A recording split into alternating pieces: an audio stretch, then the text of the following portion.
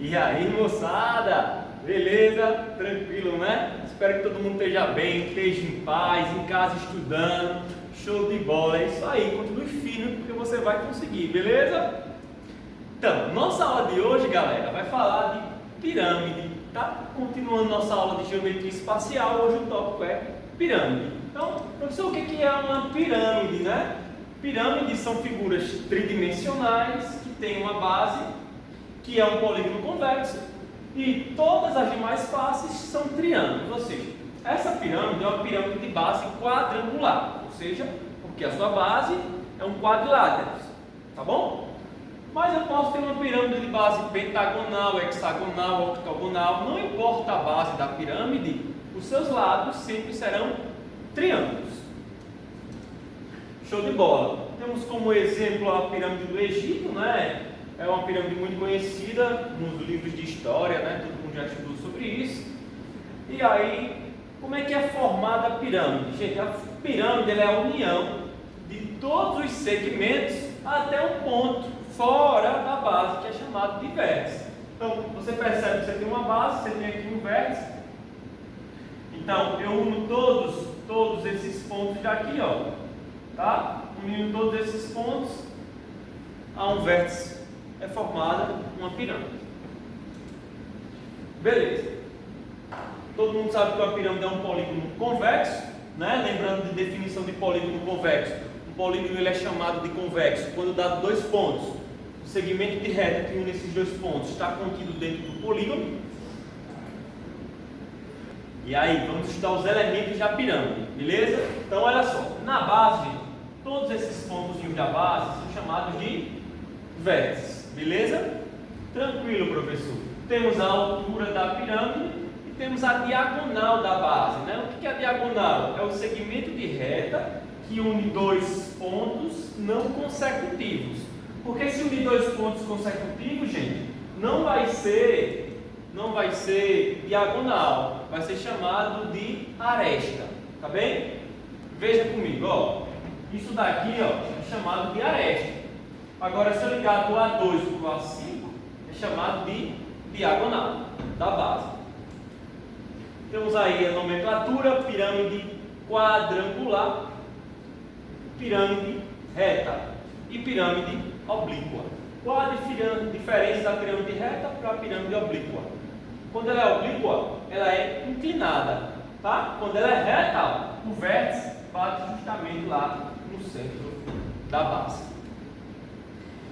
E aí, olhando para a pirâmide de base quadrangular, eu queria que vocês observassem o seguinte. Então, olha só. Traçando a altura da pirâmide aqui, ó, no centro, isso é a altura da pirâmide, certo? Eu tracei aqui, ó, um segmento de reta que une o vértice até a metade da aresta. Esse segmento é chamado de apótema da pirâmide, tá bom? Isso daqui é chamado de apótema da pirâmide. E essa outra parte aqui, ó, é chamada de apótema da base. Certo? Então anote aí no material de vocês: altura, apótema da pirâmide e apótema da base. E professor, o que é o apótema da pirâmide? Gente, olha que legal. A lateral da pirâmide não é um triângulo? Sim, é um triângulo. Se é um triângulo, o triângulo tem a altura do triângulo. Então, a altura do triângulo da face da pirâmide, ou seja, esse triângulo aqui, ó, que é o triângulo da face, esse ponto, esse segmento de reta aqui, é chamado de altura do triângulo. E a gente chamou a altura do triângulo de apótema da pirâmide. Quando você ouvir a palavra apótema da pirâmide, é a altura do triângulo da face. Certo? Então, como eu percebo, eu tenho aqui um triângulo retângulo e eu posso aplicar tranquilamente o teorema de Pitágoras. Certo? Beleza. Então, aplicando o teorema de Pitágoras, a gente vai chegar numa seguinte relação entre a apótema da pirâmide, a apótema da base e a altura. Então, veja só, ó, eu vou dizer o seguinte para vocês: o apótema da pirâmide ao quadrado é igual ao apótema da base ao quadrado mais a altura da pirâmide ao quadrado. Lembrando que Azinho eu estou chamando de apótema, quando eu escrever A maiúsculo, eu vou estar falando de área. Tudo bem? Beleza.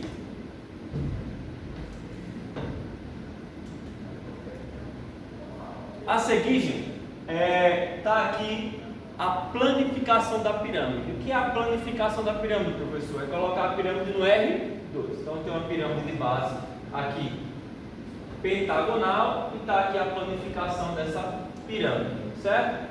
A planificação de uma pirâmide de base quadrangular e assim sucessivamente. Então é interessante e importante que vocês lembrem dessa figura, porque às vezes no Enem eles colocam a planificação da figura e perguntam qual é o sólido. Então é legal que vocês lembrem disso, tá? Tá aqui uma pirâmide de base hexagonal e nós vamos trabalhar em cima dessa pirâmide aí de base hexagonal, tá bem? Então vamos lá, lembrando os elementos que estudamos. Gente, observa aqui, ó, que aqui você tem a altura da pirâmide. Presta bem atenção. A distância do centro até a aresta é chamada de apótema da base. A distância do centro até um vértice, pode ser esse ou aquele outro, ó, até um vértice, é chamado de raio. Tá bom? Quando eu pego do centro até a aresta, é chamado de apótema. Do centro até um vértice, chamado de raio. Lembre, toda vez que eu falar de distância, eu estou falando de menor distância. E menor distância é aquela distância que é perpendicular, a distância que forma um ângulo de 90 graus, que é perpendicular a essa aresta. Então, daí a gente consegue tirar algumas relações. A primeira relação, né? A gente aprendeu, eu chamei isso aqui de apótema da pirâmide, chamei esse de apótema da base, e aqui nós temos a altura. Então vem para cá para a gente decorar algumas fórmulas. Beleza, então nós temos que o apótema da pirâmide ao quadrado é igual ao apótema da base mais a altura ao quadrado. Beleza. Se eu quiser calcular a área da base, professor, como é que eu faço para calcular a área da base? Gente, estou tomando como padrão uma pirâmide de base hexagonal. Se a base é hexagonal, garoto, ó, se a base é hexagonal, como é que eu calculo a área de um hexágono? Tá? Dado um hexágono, como é que eu calculo a área de um hexágono? E eu sei que vocês aprenderam já que para calcular a área do hexágono é 6 vezes L ao quadrado, raiz de 3 sobre 4, porque quando a base é um hexágono, eu consigo dividir em 6 triângulos equiláteros. Então, está aqui a área do triângulo equilátero, como eu divido em 6 triângulos equiláteros, por isso que ficou 6 vezes L ao quadrado, raiz de 3 sobre 4. Tá? Para quem tem dúvida, veja aqui a figura.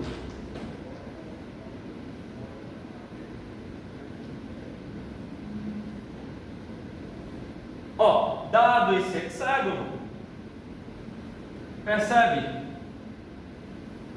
Eu consigo, se eu disser que esse hexágono é regular, eu consigo dividir esse hexágono regular em 6 triângulos, todos eles equiláteros. Então, calcular a de 1, multiplico por 6, tá bem? Então é assim que a gente calcula a área da base. Professor, se eu quiser calcular a área lateral, para calcular a área lateral,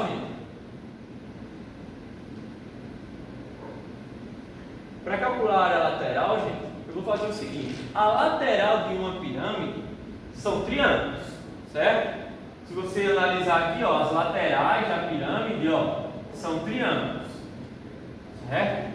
Então, eu calculo a área de um triângulo e multiplico pela quantidade de triângulos que aparece. Quantos triângulos vai aparecer, professor? Se a base for um hexágono, vai aparecer 6 triângulos. Se a base for um quadrado, 4. Se for um pentágono, 5. Então, a área lateral, a gente vai dizer, ó, que a área lateral é igual a 6 vezes a área da face, certo? A área lateral é igual a 6 vezes a área da face. Por que 6 vezes? Porque a base é um hexágono. Se a base for um quadrado, em vez de ser 6, vai ser 4. Se for um pentágono, em vez de ser 6, vai ser 5, certo? Então a área lateral é 6 vezes a área da face. Beleza, gente. E a área da face é o que, professor? O que é a área da face? Gente, a face é um triângulo, né? Como é que eu calculo a área de um triângulo? Professor, a área do triângulo é base vezes altura sobre 2. Lembra? Base vezes altura sobre 2. A altura que eu estou falando é a altura do triângulo da face. E a altura do triângulo da face é essa daqui, gente. Ó. O que é a altura do triângulo da face, professor? Eu chamei de apótema da pirâmide. Então, vem comigo. Para calcular a área da face, você quer dizer, professor, a área da face é base vezes altura sobre 2. Mas o que é a base? O que é a altura sobre 2? Para não confundir essa altura com a altura da pirâmide. Essa altura que eu estou falando é a altura da face.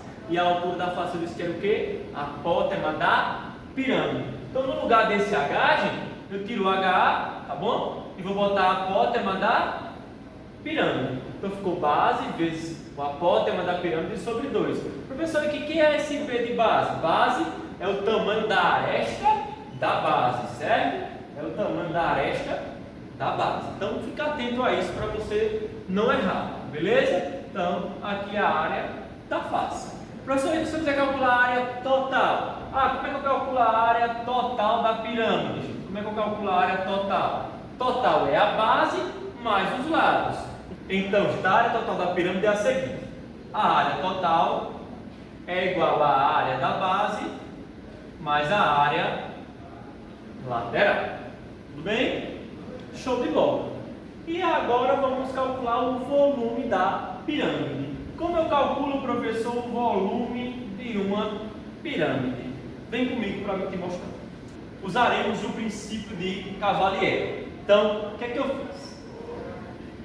Tu tem aqui um prisma chamado de cubo e eu coloquei uma pirâmide de mesma base dentro desse cubo.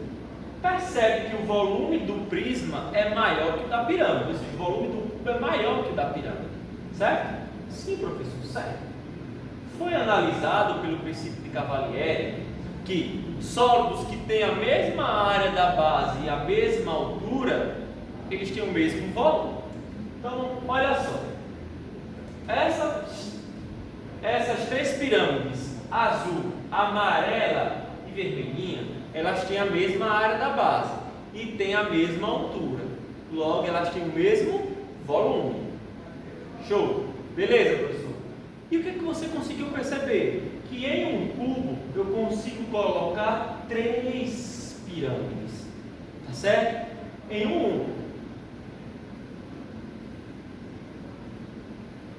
um prisma eu consigo colocar três pirâmides. Como é que eu calculo a área de um prisma? Lembra?